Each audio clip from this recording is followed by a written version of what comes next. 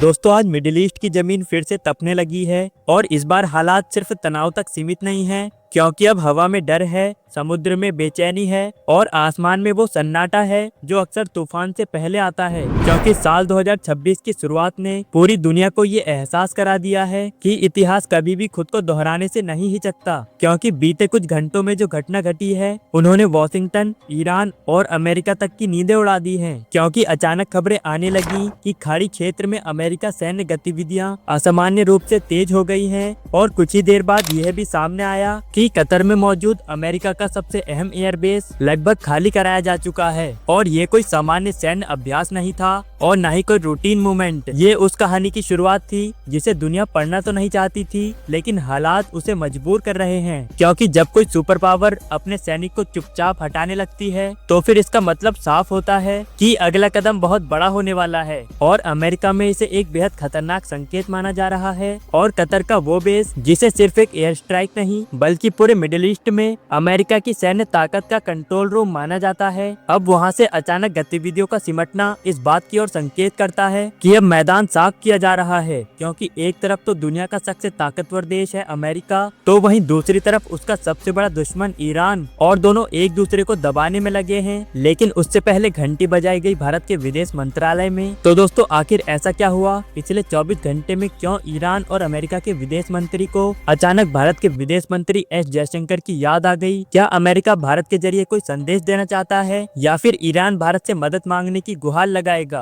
तो चलिए आज की इस वीडियो में पूरी डेवलपमेंट को समझते हैं विस्तार से। दरअसल दोस्तों इस समय सबसे ज्यादा चर्चा अमेरिका और ईरान के बीच बढ़ते तनाव की हो रही है। लेकिन ये लड़ाई सिर्फ दो देशों तक सीमित नहीं है, बल्कि इसके दायरे में कई और देश भी आ चुके हैं और भारत की भूमिका अचानक बहुत अहम बन गई है। क्योंकि दोस्तों अगर हम सबसे पहले तनाव में शामिल देशों की बात करें तो अमेरिका और ईरान इस सूची में सबसे ऊपर आते हैं। क्योंकि दोनों देशों के रिश्ते सालों से खराब चल रहे हैं। अमेरिका ईरान पर परमाणु कार्यक्रम, मिसाइल टेस्ट और क्षेत्रीय प्रभाव बढ़ाने के आरोप लगाता रहा है, जबकि ईरान अमेरिका को अपने देश के लिए सबसे बड़ा खतरा मानता है। और यही वजह है कि दोनों देशों के बीच भरोसे की जगह अब दुश्मनी बढ़ चुकी है। क्योंकि कुछ समय पहले जब अमेरिका ने अपनी सैन्य गतिविधियां बढ़ाई और ईरान ने भी जवाबी तैयारियां शुरू की तो तनाव खुलकर सामने आ गया। और इस तनाव में खाड़ी क्षेत्र के देश भी सीधे तौर पर शामिल हो गए हैं। क्योंकि कतर, सऊदी अरब और यूएई जैसे देश अमेरिका के रणनीतिक साझेदार माने जाते हैं और इन देशों में अमेरिका सैन्य ठिकाने मौजूद हैं। और यही बात ईरान के लिए सबसे बड़ी चिंता का विषय है। क्योंकि ईरान को डर है कि अगर अमेरिका हमला करता है तो फिर इन्हीं इलाकों का इस्तेमाल किया जाएगा। लेकिन अब सवाल उठता है कि इस पूरे तनाव में भारत कहाँ खड़ा है? क्योंकि भारत उन गिने चुने देशों में शामिल है जिसके अमेरिका और ईरान दोनों से रिश्ते मजबूत हैं। क्योंकि एक तरफ अमेरिका भारत का बड़ा रणनीतिक और आर्थिक साझेदार है, वहीं दूसरी तरफ ईरान भारत का पुराना दोस्त है। भारत ने ईरान के साथ ऊर्जा,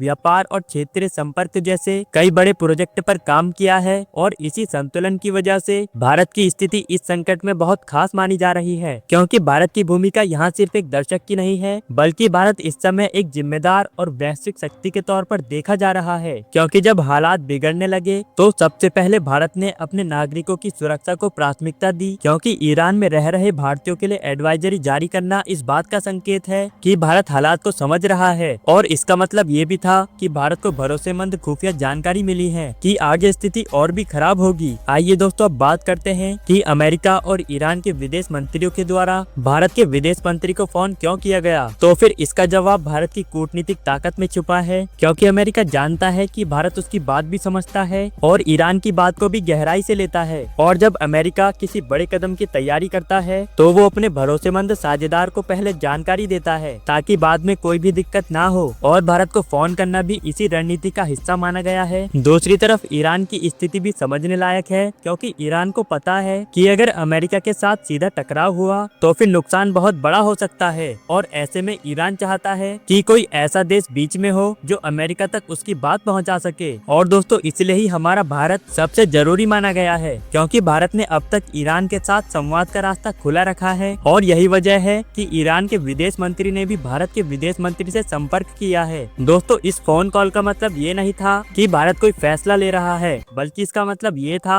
कि भारत को एक भरोसेमंद साझेदार के रूप में देखा जा रहा है और भारत की कोशिश यही है कि हालात और ना बिगड़े और बातचीत का रास्ता खुला रहे। दरअसल इसी बीच तेहरान में भी हलचल मच चुकी है, क्योंकि ईरान के सुरक्षा तंत्र को भी समझ आ गया था कि यह कोई मामूली चेतावनी नहीं है, क्योंकि पिछले कुछ सालों से अमेरिका और ईरान के रिश्ते एक बारूद के ढेर पर खड़े थे। लेकिन अब चिंगारी बहुत पास आ चुकी है। बयानबाजी से आगे बढ़कर अब असली फैसलों का वक्त आ चुका है। मिसाइल सिस्टम को अलर्ट पर रखा जा चुका है, एयर डिफेंस नेटवर्क एक्टिव हो चुके हैं, क्योंकि इसके ठीक बाद जो हुआ उसने इस पूरे घटनाक्रम को और भी गंभीर बना दिया है। क्योंकि भारत सरकार ने ईरान में मौजूद अपने नागरिकों के लिए एक सख्त एडवाइजर जारी कर दी। दोस्तों, शब्दों में भले ही संयम रखा गया हो, लेकिन संदेश बिल्कुल साफ था कि अब हालात और भी बिगड़ चुके हैं और किसी भी समय हालात नियंत्रण से बाहर जा सकते हैं। क्योंकि व्यापारियों और कामकाजी लोगों से कहा गया कि वो बिना देरी किए सुरक्षित रास्तों से बाहर निकलने की कोशिश करें, क्योंकि ये फैसला यूं ही नहीं लिया गया था। दरअसल जब कोई देश अपने नागरिकों को किसी क्षेत्र से तुरंत निकलने के लिए कहता है, तो फिर उसके पीछे ठोस खुफिया जानकारी होती है।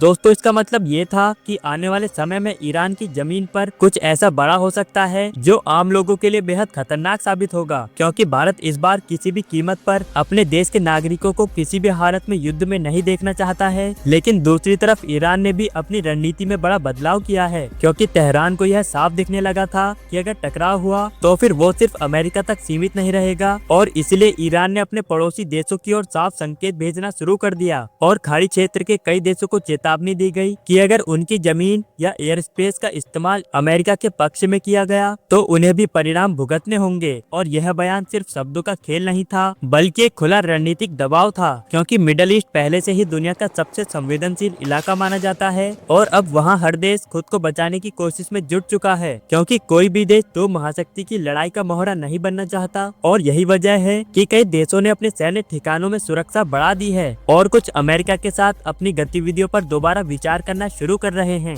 और दुनिया इस समय ऐसे मोड़ पर खड़ी है जहां पर एक फैसला हालात को शांत भी कर सकता है और पूरी तरह विस्फोटक भी बना सकता है। लेकिन अभी भी सबसे बड़ा सवाल ये है कि आने वाले घंटों में क्या होगा। क्या बातचीत का रास्ता खुलेगा या फिर इतिहास एक बार फिर से युद्ध की स्याही से लिखा जाएगा। हर देश की नजर इस समय अगली चाल पर टिक गई है, क्योंकि दोस्तों इतिहास गवाह है, जब भी बड़ी शक्तियों के बीच तनाव बढ़ता है तो फिर उसके असर पूरी दुनिया पर दिखाई देते हैं। क्योंकि कच्चे तेल की कीमतों से लेकर वैश्विक बाजारों तक हर एक चीज महंगी होने लगती है, और इस बार भी वही संकेत मिले हैं, क्योंकि बाजार में अस्थिरता है, निवेशक डरे हुए हैं और आम लोग महंगाई से लड़ रहे हैं। लेकिन भारत की भूमिका इस पूरी कहानी में इसलिए अहम हो जाती है क्योंकि भारत उन देशों में शामिल है जो दोनों पक्षों से बातचीत कर सकते हैं। लेकिन अब आने वाला समय ये बताएगा कि यह चर्चा और कितनी आगे बढ़ेगी। अब सबसे बड़ा सवाल यही है, क्या इस संकट में हथियारों की आवाज उठेगी या फिर मामला शांति से निकल जाएगा। दोस्तों, आपकी इस पूरे घटनाक्रम में क्या राय है, कमेंट करके जरूर बताइए। मिलेंगे अगली वीडियो में, तब तक के लिए जय हिंद।